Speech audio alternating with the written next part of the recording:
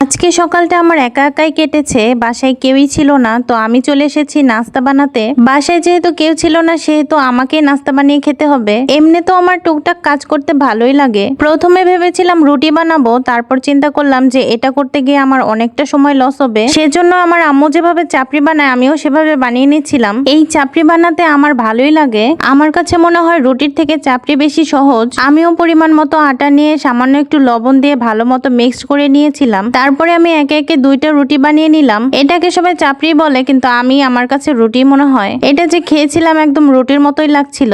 আমার কাছে কেন যেন মনে হয় রুটির থেকে এভাবে খেলে আমার বেশি মজা লাগে। আমিও চেয়েছিলাম অল্প সময়ে যে একটা নাস্তা তৈরি করে খেয়ে নিই। তো আমি একে একে দুইটা রুটি সেকে নিলাম। শুধু রুটি তো আর খাওয়া যাবে না, রুটির সাথে কি খাবো তাই চিন্তা করছিলাম। তো আমি যেহেতু ঝটপট নাস্তা করব সেজন্য আর আলু ভাজি করলাম না, একটা ডিম পোচ করে নিয়েছিলাম। বরাবরই ডিম পোচ আমার অনেক বেশি পছন্দের, সেটা ভাতের সাথে হোক বা রুটির সাথে হোক আমি কিন্তু অনায়াসে খেতে পারি। ঝটপট করে একটা ডিম পোচ করে নিলাম আর এটা দিয়ে আমার নাস্তা শেষ করলাম। এটাই ছিল আমার আজকে সকালের খাওয়া দাওয়া। তোমরা সবাই কোথায়, তোমরা কে কোন জায়গা থেকে আমার ভিডিওটা দেখলে তা কিন্তু অবশ্যই কমেন্ট বক্সে জানিয়ে যেও। আর আমার এই ভিডিওটা তোমাদের কাছে কেমন লাগলো তা কিন্তু অবশ্যই জানিও। আল্লাহ হাফেজ।